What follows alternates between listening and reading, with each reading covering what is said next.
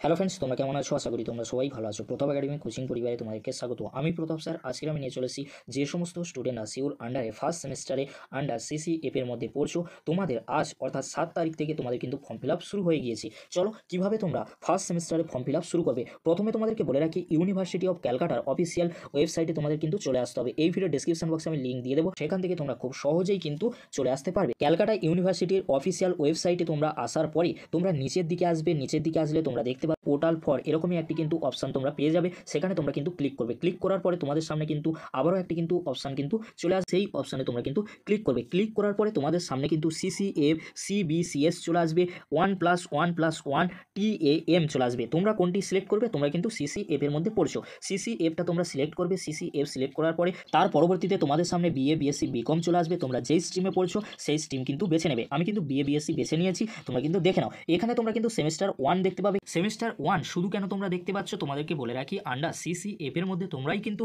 First সেমিস্টারে কিন্তু পড়ছো। তার পরবর্তীতে তোমরা যখন সেকেন্ড সেমিস্টারে উঠবে, তার পাশে কিন্তু সেকেন্ড সেমিস্টার থাকবে। আমরা কিন্তু সেমিস্টার 1-এ কিন্তু ক্লিক করব। সেমিস্টার 1-এ ক্লিক করার পরে তোমাদের সামনে কিন্তু তিনটি অপশান কিন্তু চলে আসবে। তিনটি অপশানের মধ্যে তোমাদের যেটি বেছে নিতে হবে সেটি হলো ফর্ম সাবমিশন। এখানে তোমরা ক্লিক করবে। ক্লিক করার পরে তোমাদের সামনে কিন্তু এরকমই একটি পেজ কিন্তু ওপেন হয়ে যাবে। University of Calcutta candidate enrolment please enter your registration. এখানে তোমাদের রেজিস্ট্রেশন নম্বরটি কিন্তু সঠিকভাবে কিন্তু বসাতে হবে। অর্থাৎ তোমাদের রেজিস্ট্রেশন নম্বরে যদি স্পেস থাকে তোমাদের কিন্তু পেস দিতে হবে। এটা তোমরা কিন্তু খেয়াল করবে। রেজিস্ট্রেশন নম্বর তোমাদের যেমনই থাকবে তেমনই কিন্তু এখানে বসাতে হবে। এবার আসি first 3 characters of candidate name. এখানে তোমাদের কি লিখতে হবে? তোমাদের নামে 3টি অক্ষর কিন্তু লিখতে হবে। মনে করো ANIL, তাহলে তোমাদের ANI তোমাদের কিন্তু এই ফার্স্ট 3 ক্যারেক্টারে কিন্তু লিখে দিতে হবে। দিয়ে কন্টিনিউতে তোমরা ক্লিক করবে। আর সেখানে তোমরা কিন্তু দেখে নিতে পারবে তোমাদের যে সাবজেক্টগুলি রয়েছে, তোমরা যে চুজ করেছিলে সেই সাবজেক্টগুলি সেখানে কিন্তু দেখতে পাবে।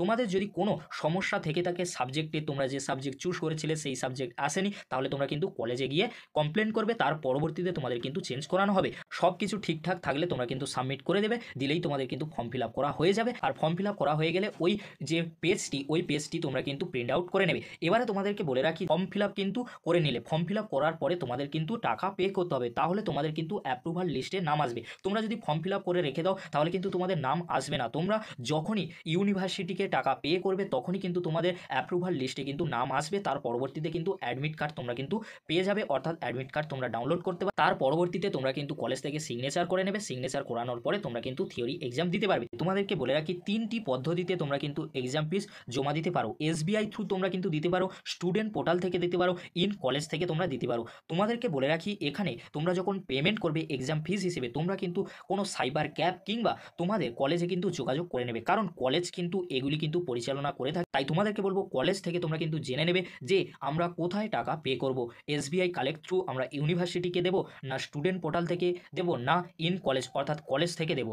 এটা কিন্তু তোমরা অবশ্যই কলেজ থেকে কিন্তু জেনে নেবে। যদি ভিডিওটি হেল্পফুল হয়ে থাকে অবশ্যই তোমরা কিন্তু লাইক, কমেন্ট, শেয়ার ও সাবস্ক্রাইব করতে ভুলবে না। এরকমই একটি গুরুত্বপূর্ণ আপডেট অবশ্যই বন্ধুদের মাঝে বেশি বেশি করে শেয়ার করে দেবো। আজকের এতটুকু, পরবর্তীতে তোমাদের জন্য খুব তাড়াতাড়ি পরবর্তী আপডেট নিয়ে হাজির হব। ভিডিওটি দেখার জন্য তোমাদেরকে অসংখ্য ধন্যবাদ।